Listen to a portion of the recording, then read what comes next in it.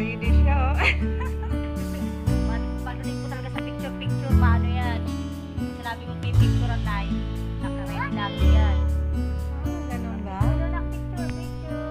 Ang cute nila. Mabuti may mask. Very good. Kailangan mo lang sila may Christmas. Pati ka. Ano? Nilagyan niyo lang ano. Yung umbrella. Bababa na. Ito na, tara. Kamukha ng tatay niya. Talaga tatali pa yung Facebook, magpapapicture na eh. Ito na sa'yo, ito. Tanggal na. Saway ko pa.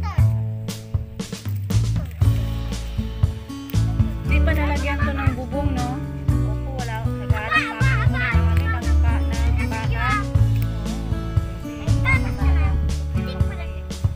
Pero buti naisipan mong lagyan ng umbrella. Binili mo to bago?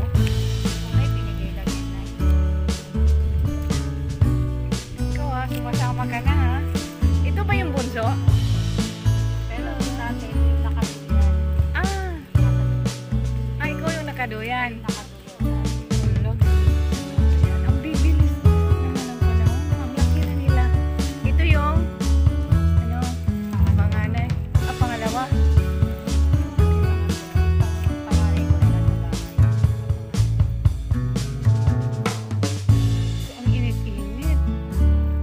Ano na lang kami nagbibili na kaming ulam, kaya lang inuulam talaga sila. Pasyal na din, no? Kaysa doon sa loob ng bahay magpapasaway. Kasi nabuboring, tawa. Oo. Ano na ako, naawa ko sa bunso ko na eh, dahil iyak lagi. Oo. Sumama, hindi ko may sama eh. Paghapon. Kasi hindi mainit paghapon. Pag umaga, tapos yung napukuha ninyo, saan nyo? Doon sa junk shop? Araw-araw talaga kayo? Umiikot?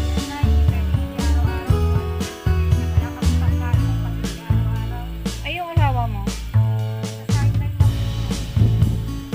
Akala ko guardia yun siya.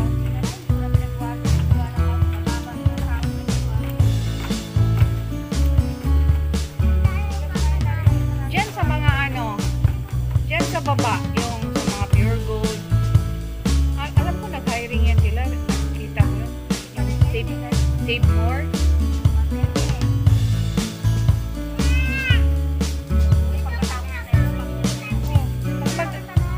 Mas maganda yung sa mga gano'n, mga supermarket.